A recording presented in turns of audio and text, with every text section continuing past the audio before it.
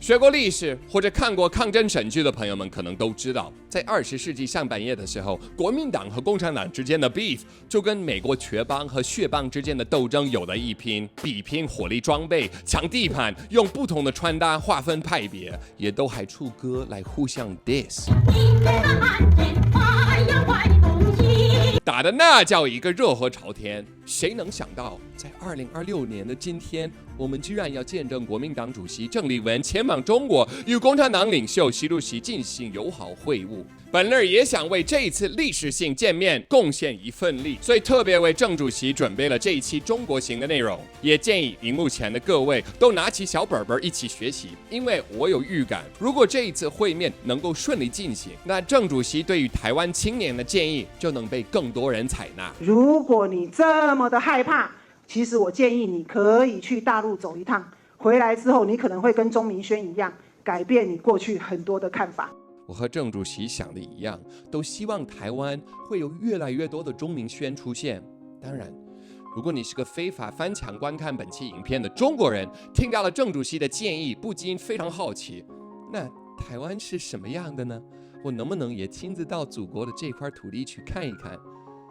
No, but after this meeting, probably not. But maybe, but probably not. 回到正題，我已經替鄭主席偵查了一下內網對於這一次訪問的態度。這一條央視發布的帖子裡，居然有接近13萬個讚，看起來像是大家都在說歡迎光臨。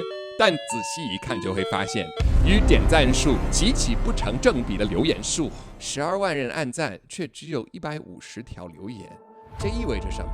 這就是本樂要給鄭主席提的第一個醒。隨着中國經濟不斷下滑，我黨越來越依靠民族主義來轉移大家對自身慘淡現實的關注。但問題是，這一招其實已經用得太多了，效果上來說是一次不如一次。越來越多韭菜開始沒有辦法只沉浸在民族主義的敘事中，他們更加頻繁地表達自己的不滿。這150條留言其實只是我們網警加班閃品的結果。雖然只有150，但這也體現了我們習主席對這一次會晤的重視，以及他本人對這一次所要承受的潛在社會輿論風險。其中一個最大的風險就是鄭麗文作為國民黨現任主席，他與我黨內部其他的高級官員都有一個本質上的不同，那就是他不是個男的。Oh my God! God damn you all to hell! 所以當他跟習主席平起平坐的片段出現在新聞頭條時，難免會讓一些國人聯想到，原來在台灣，女性不僅可以當媽媽，當媽媽的媽媽還可以成為一黨主席，這個好像不太 OK 吧？我黨一向不是很支持女性運動，當然，女性產後修復運動除外，畢竟這樣她們才能繼續為國家的生產力多添幾分力。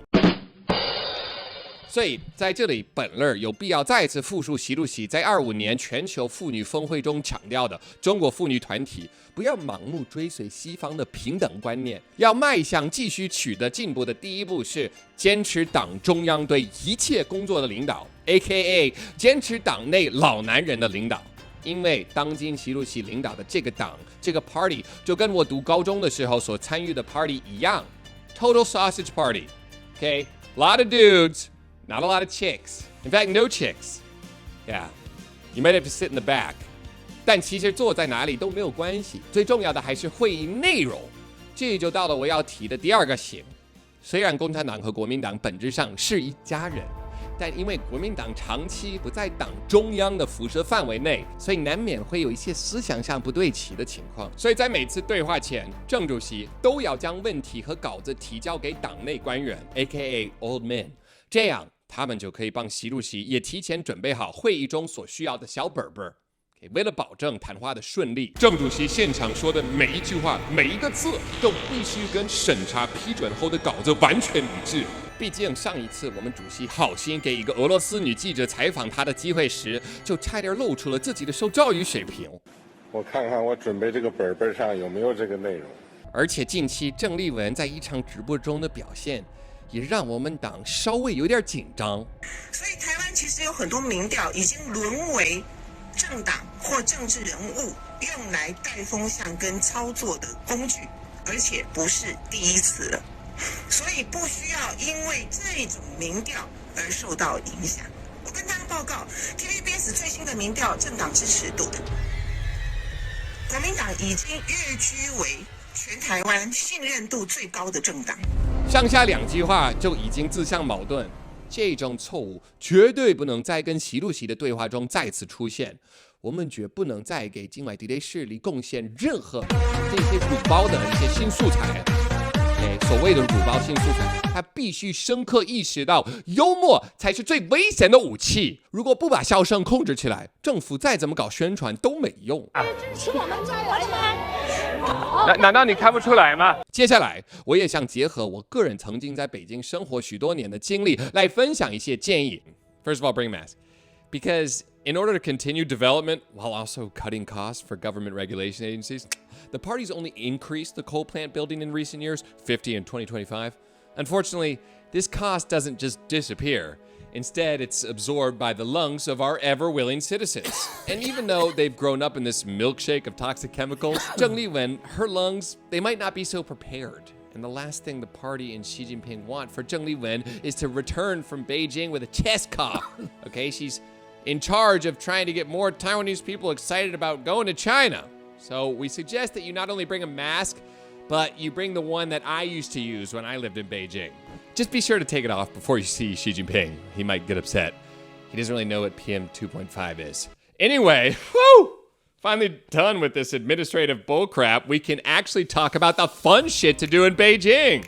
First, you'll have to check out the iconic Sanlitun Bar Street. With 28 years of history, it's a must-see.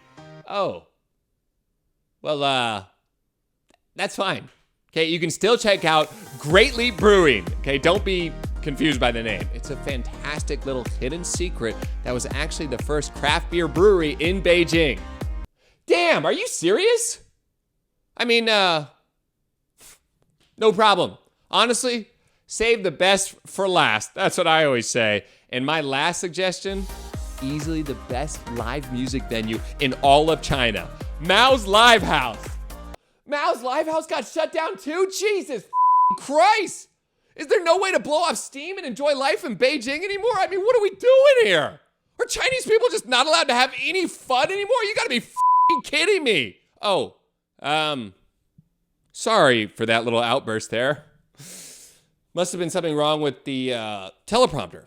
Yeah, I guess Zheng Liwen can actually check out the 抗疫情主题美術作品展 at the Museum of China, where she can enjoy the fighting spirit of Chinese people in the face of an unknown menace. Yeah, that'll be a blast.